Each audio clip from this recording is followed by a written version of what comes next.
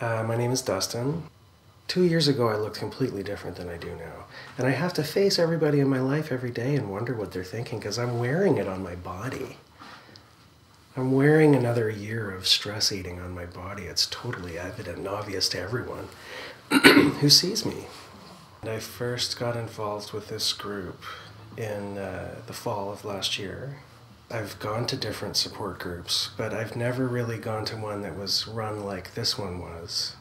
And the reason it changed everything for me had a large part because of the facilitators who both were in recovery.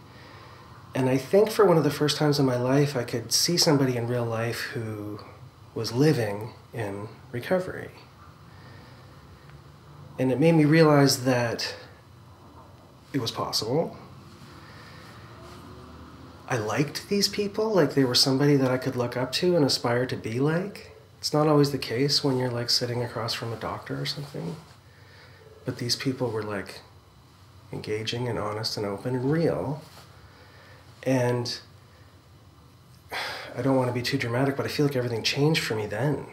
Because I could suddenly see that there was a light at the end of the tunnel.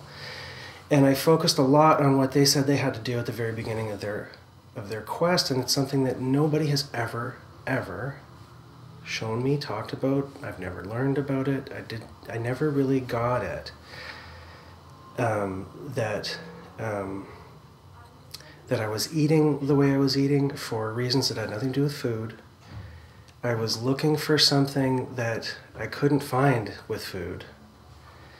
And the only way I could get out of it was, instead of being negative and beating myself up and filling myself with shame over all of my bad decisions, I had to create a framework where I could look forward and eat normally for the sake of my own health.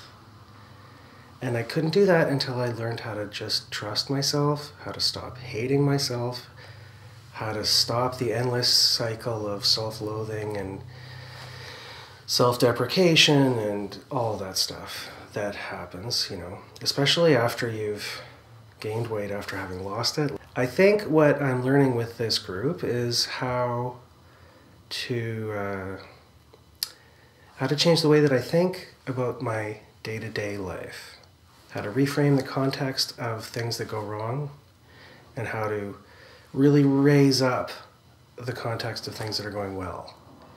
And to continually refocus my framework, to learn how to refocus my framework on what I've been calling persistent positivity, instead of just this unflagging negativity that just this thing that keeps dragging you down. And you know, like, there's a biological imperative for us to focus so much attention on the negative. Like it helps us to escape from bad situations and from scary things, like running from a tiger or running out of peanut butter, you know, like, it's just like, but in order to change your focus with eating, I mean, we all have different drugs. I guess mine is food, and I behave in a totally addictive way about it. But I needed to get in touch with some other people that were living normally with it, and this group exposed me to that. I'm starting to believe, and I'm taking our facilitators on faith here. They both said they had to start with learning how to love themselves first, how to accept themselves for who they were at that time, flaws and all. And being in a group where you can hold yourself accountable to people who aren't going to judge you. Most of the people in your life are kind of judging you. But in this room with this group of people, maybe partly because they're not part of your daily life, I don't know. But I can be very open and honest with them.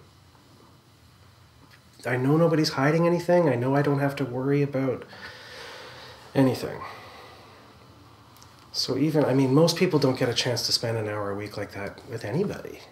So that's another reason why this is so valuable to me.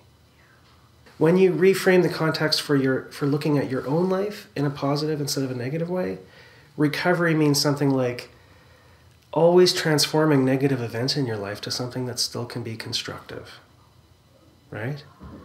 No matter how stressful an event can be, you can still turn it into something that you can learn from and that you can do better at next time, even if you did shitty at it that time. So for me, being in recovery is living in that mindset. And then when you make a mistake, not immediately going, oh my God, I made another mistake. I'm never going to do this. I fail at this all the time. This is never going to work. I can say, okay, once again, I did that same thing I've been trying not to do. What can I do next time to try to make myself avoid this?